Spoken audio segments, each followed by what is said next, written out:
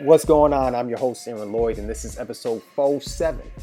47. I can't believe it. It's close to 50 of the Creation Grounds. Before I get into our next spectacular guest, I just want to encourage you to like, share, subscribe. Tell people about the podcast that you think will be inspired, motivated, educated, entertained, and all of that. My next guest, Moses Ingram, is incredible in a class act. She has a great spirit, and I really enjoyed having her on. We have a great conversation. She's a Baltimore native, so we talk about Baltimore a little bit and how that's molded her. We talk about where her interest in acting came from, what sparked that flame. She's a Yale grad, so we talk about her experiences at Yale and how she applied lessons from the classroom to the set and what those differences were and how she navigated those and how she triumphed over those challenges. We talk about her preparation of Jolene. You may have seen her in Queen's Gambit. If you haven't, I suggest that you get on it. What are you waiting for? It's a great show, and her work in it is phenomenal. We talk about her favorite chessboard piece, a book that she's gifted the most in the past year. We talk about a lot, and something really that I really thought was dope. She gives some great encouraging advice to women in the industry, women of color in the industry, but it really could apply to anybody on how you can operate and move and how you can just be a decent human being in this industry.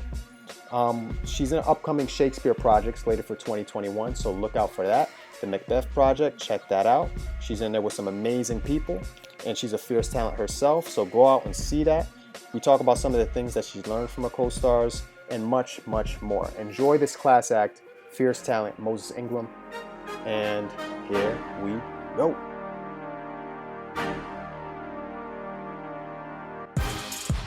Welcome to another episode of the Creations Grounds. I have Moses Ingram on with me. What's up, Moses? Hey, nothing. Thank you for having me. It's a pleasure. Cool. So let's start with acting. What's the foundation of that, and where did the interest of the arts and acting come in for you? I've been acting since I was like 10 or so. And my teacher got me started in it because she told my mother it would make me like a better student. It would like correct my behavior, and it didn't do any of those things. But I ended up loving it so much that they were kind of just like, well, if you don't behave, if you don't get it together, you won't be doing it anymore. And that sort of was like my dangling carrot through school, pretty much. Wow, so you kind of rough? I was definitely rough around the edges. Loudmouth. Not even really a loudmouth. I just didn't let people pick with me, if you will. So I fought a lot. I had communication issues. I didn't feel heard, I guess. So. Okay. Yeah. What inspires you, either in life or in art or other artists? So many things. Music inspires me. People inspire me. My people, I see them get up and go to work every day, make life happen, and a lot of them make it happen in ways that they might not necessarily wish that they had to, Mm-hmm. And what a blessing it is that I get to, do what I love for a living, and like what I do for a living. I'm inspired by Whitney Houston, music in general, like so many things. Yeah. What are you listening to nowadays besides Whitney? What's on your Spotify? Definitely Megan. Megan Thee Stallion? Stallion. For sure. The Stallion is like at the top of my list. I think my usual rotation is Whitney Houston, Anita Baker, Megan Thee Stallion. Somewhere between those three. I think that's like, I feel like that's the perfect description of who I am. Those three artists. That's like most of my. And Durand. You listen to Durand? The name sounds familiar, but I'm not getting a song. Who?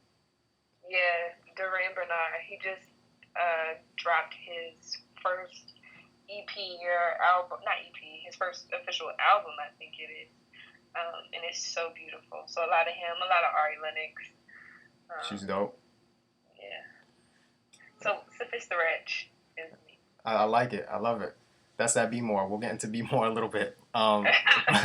What's the last play or film or show that's really moved you?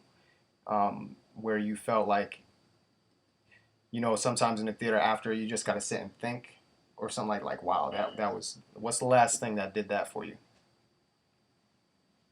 The last thing was probably Matt Rainey That and was watching. Yeah, did you see it? yeah, I saw it the other day. It was powerful. It was powerful. Super. That that Yeah, that Levy I monologue just hit that different. way hit so Yeah. different, right? And like at theater, people were like, we all like know who Levy is and what Levy gets to. As scary, but watching Chadwick do it was um, just hit different Yeah. from what all was going on, you know. For so be more. You grew up kind of rough around the edges. Go to theater. You end up doing it to try to change behavior. Then you're like, I'm not changing my behavior, and they're like, well, we're gonna take theater away, and then you start changing behavior. How has Be More Baltimore, for people that don't know what that is, molded you as a person and as an artist? Um, it definitely just put me like, I mean, it's a city, so like it's how we get around, like being like amongst like people, like being on a bus, being on the subway, getting to school every day. You're surrounded by all types of people, and it starts out being like funny, right? To like act like a junkie, or to act like it's a joke at first, but very much some things are, I don't know. I think some things just sort of stick. Um, I wouldn't say it made me hard, but it definitely made me vigilant. It was very, discerning. Made me a great judge of character because that's something I needed to learn how to do early on. Um, yeah, I think it was a beautiful, for all people hear about it. I think it is a beautiful place to grow up because it just makes you a I think it makes you a solid person. And people grow up different ways, right? Like some people grow up and see the same thing and become two totally different people, and that happens too. Um, but I've been blessed. I've been blessed to, um, have it behind me, have it pushing me, lifting me, guiding me. Are you a Ravens fan? You watch football? I'm a fair weather fan. Okay. I mean, definitely super excited about the new people on the team. Um, I can't even remember that young man's name. Lamar Jackson. Uh, yes, yes. Yep. That definitely injected a new sense of pride in me. I think I bought a Raven sweatshirt after he joined the team. That's dope. Last time I was really excited was like Jacoby Hmm. when he like ran that was sick. But nah, I like to watch it, but I don't really have a team. Cool. Let's dig into Yale a little bit. So, what Mm-hmm. was the first day of graduating? Take me back to that day where you first graduated Yale. What was going through your mind?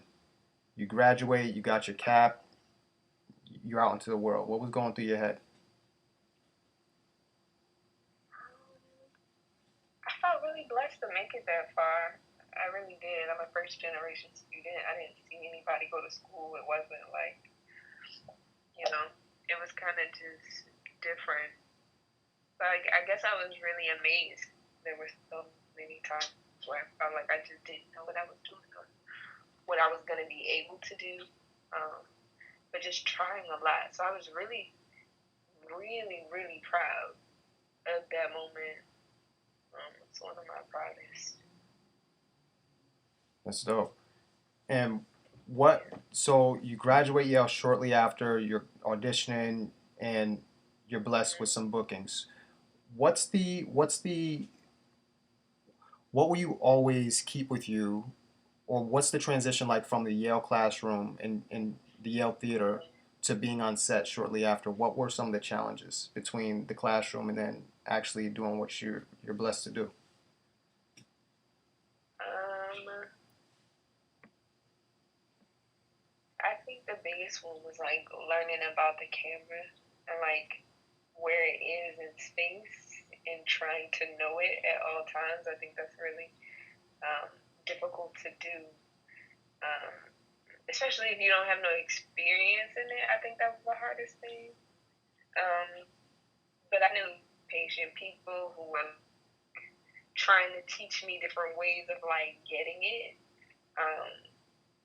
And sort of trying to like, I think the biggest difficulty was trying to be patient with myself. Right? Like I had people around me who wanted to help me, but me feeling like I had to be whatever was sort of like, how did I miss XYZ, right? Like, and it all feels very serious at first. And it is, right? Because it's a lot of money on the line, but it's also not. It's also not that serious. I think it's to be enjoyed, you know, and that's where the fun is. Just the fun is in making it. I love that. What was your process of the audition for Queen's Gambit? When did that come into your life? Probably like 2 weeks after graduation, maybe. It was the first thing. Like after I signed with my reps, it's the first thing they sent me out on. My plan was to just move to LA straight out. And then I met with my agent, and he was like, "No," he was like, "You gonna book, and you ain't even have a chance to get to LA." And I felt so good. I was like, "Wow, I got people that believe in me." But he was right. Like I went in, I did that, and then a couple weeks later, I met the director. And after I met Scott, like a couple weeks after that, I was on my way for the first part in Toronto for the next few months, and yeah, so I didn't make it to LA until the end of that December. That's awesome. What was your experience on set besides like kind of navigating where the camera was? What were some of the challenges and then a triumph? Because I see a resiliency in you and like a motivation to like I'm gonna figure this out and understand this. So that comes from challenge. Tell me about some of the challenges you had on set and then the triumph that came from that challenge.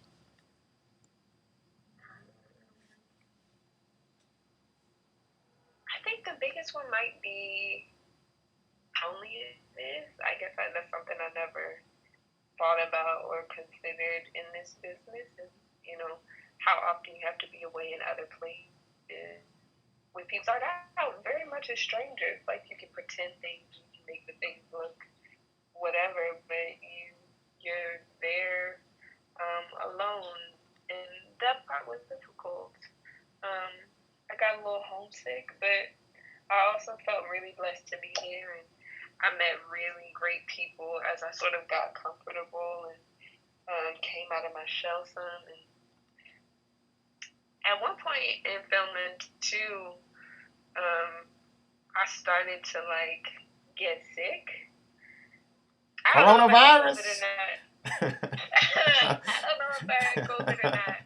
But there was one point on set where literally everybody got sick at a different point. Dang. And I happened to be off when mine was at its worst, so it turned out to be really good. But it definitely was a physical toll on my body that lasted a while. And so I think that was the first time, like, as an adult that I had to, like, really, like, take care of myself. Like, am I drinking enough water? Like, am I eating the right foods? Am I eating enough food? All of those kinds of things. So that was, like, the first time I had to care for myself in that way, I guess. That's dope. Jolene, what was your process of creating her, and how did you flesh her out? She's. I've heard people say they wish she was in more. Somebody I spoke to said they wish what's the back. It was just awesome. But what was your creation of that character of Jolene? The complication is that you miss all of her story, because every part of her story you get is tied to Beth. And so because of that, it was really important for me to flesh out Jolene as much as possible and make Jolene as much of a full, full breathing human as I could.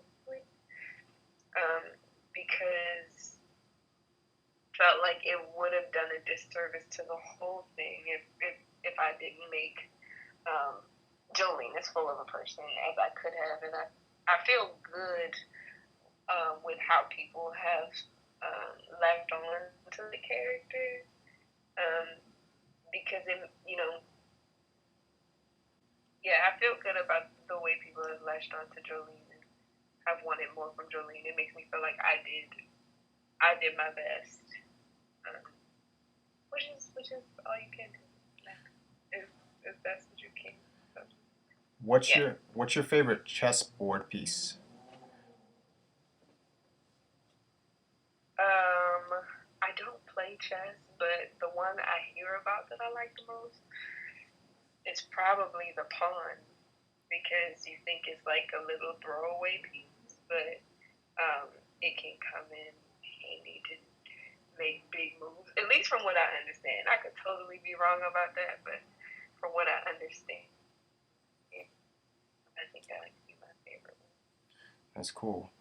And what book have you gifted the most in the past year? And what? What book have you gifted the most in the past year? The Four Agreements. That's dope. That's a great one. Yeah. I still haven't read it myself. Every time I sit down and read it, it's been interesting. I'm with someone who's like, oh, I never read it, because it's such a thin book. I just give away mine, and I'm like, oh, I order another. I'm actually looking at it right now because this is the next one that I bought, because I always give it away. But I'm actually gonna read it this holiday. So It's a good one. It's a good one. So, what's the best $100 you ever spent besides the Four Agreements? That's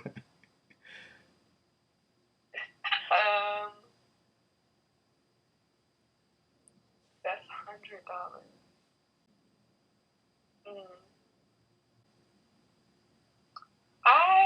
So last summer, Ari Lennox came to the Bowery in the city, and I wasn't gonna go for some reason, but then I did go, and it ended up being a date, and it ended up being so fun, and I wasn't expecting it to be as fun as it was, but I think at this point that might be the best.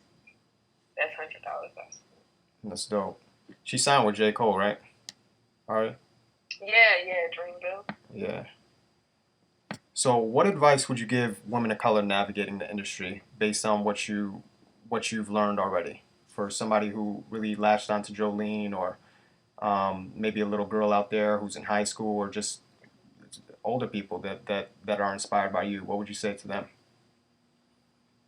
Two things, and the first one comes to me really easy, which is you have to teach people how to treat you.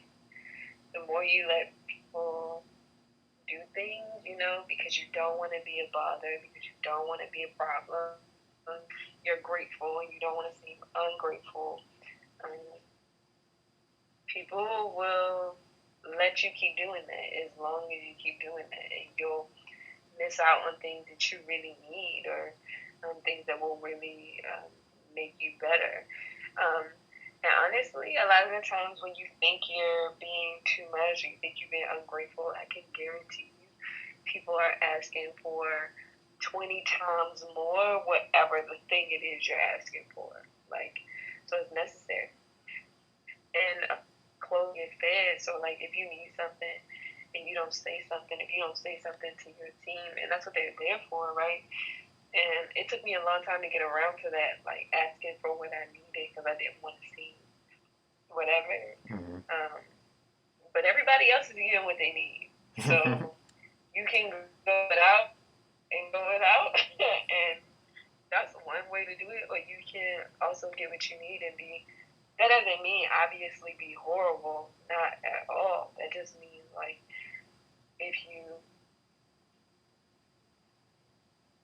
if you need something specific for your hair, if you need, something specific in your living arrangement, if, something that is something you need, you gotta ask, you gotta say it. It's important. That's dope. What do you believe today that even 5 years ago you would never have believed? really possible. I used to think that sounded so cliche. I really did. And um, God has opened so many doors for me after so many have closed in. It's not like I'm like, oh, I can do this for them, but I have been doing it all my life, and things didn't really shift for me until I got to Yale. Yale definitely changed my level of access. And I will not be the one to sit here and lie to anybody about that, right? Um, but I mean, really, like, there were times I really just didn't know how, and sort of just, praying and being honest with myself about what I wanted, and taking that next practical step.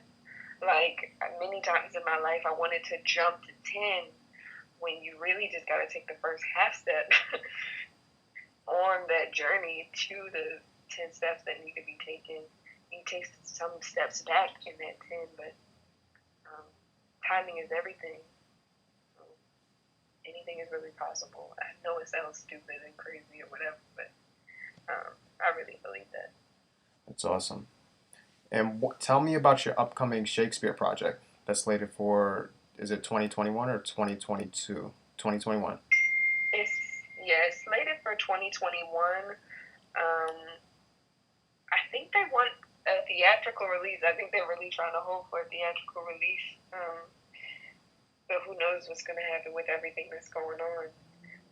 But basically, it's the tragedy of Macbeth, made for the screen by a lot of like dope people in it, like Washington and Francis McDormand's in it, and Corey Hawkins and Miles Anderson. Sorry about that. But it's a really cool project that I was blessed to be a part of. And I think the best part about it is, like, people have seen Macbeth, obviously, but this one is so different, and the jewels are so beautiful. Everybody really does amazing work. I sometimes be like, I don't know how the fuck I finessed that, but it's really cool to be a part. That's awesome. What's the most valuable thing you've learned from your co-stars, either on Queen's Gambit or the Shakespeare set, or even in your theater at Yale or wherever? Definitely. I feel like in any room you walk into, there's a dynamic, and there's a way that you play into the dynamic. And I think any normal person will be able to tell where they fall into that. There are obviously exceptions to that rule, but I think everybody knows where they fall in a certain dynamic when they come into a room. And I think that people who are sort of at the helm of these dynamics have responsibility, whether they want to own that responsibility or not, to set the tone for the culture of work that's happening. And you do that by being graceful. And that's always, I've been blessed to be in rooms where people are respectful of that and knowledgeable of that, and try to make the work atmosphere as positive as they can. And how to be graceful, right? Because you can be at the top of your craft, you can be amazing, and still be a graceful, decent human. I never understand when people are like, just trash. Like, it ain't no need for you to be up there just being trash. Like, people do that, but I've seen people in all the rooms that I'm in, at one point or another, lean into that grace, and that's something that I've always wanted to exemplify, like, to be a decent person, just to be a decent person. It really don't take that much. I love that. What do you desire to do next? Any dream collaborations? Any people that you really desire to work with?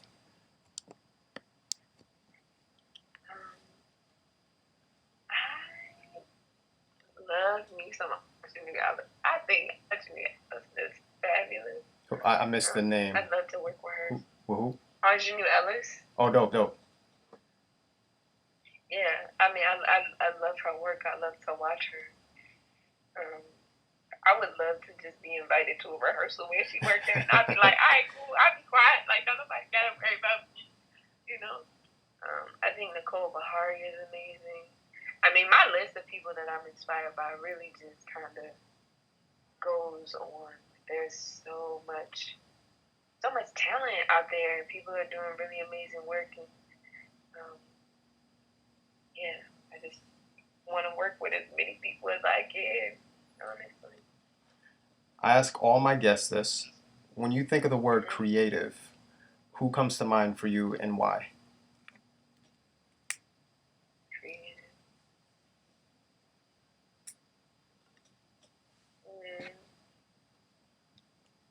Did I miss the window? Oh, I feel like the first thing that came to my mind is what I should have said, but now I don't remember what it was. When I think of creative, the first person that comes to mind. God. I love that. I mean, yeah, I think, wow, like darkness and stars, that's poetic. Like birds and oceans and humans and animals and galaxies and things we have just never seen. Like that's it right there. That's dope. It's been a pleasure. You're awesome. I love your spirit. How can people connect with you after they listen to this? Do you have social that you're active on? Do you have a website? How do people connect with you? I am still a pretty terrible communicator. I mean, my Instagram is active. I'm not on it so much. Sometimes I go through my DMs and I respond to, like, I like do a random swipe and like respond to like 5. But yeah, I guess Instagram would be the best way. Cool. Moses Ingram.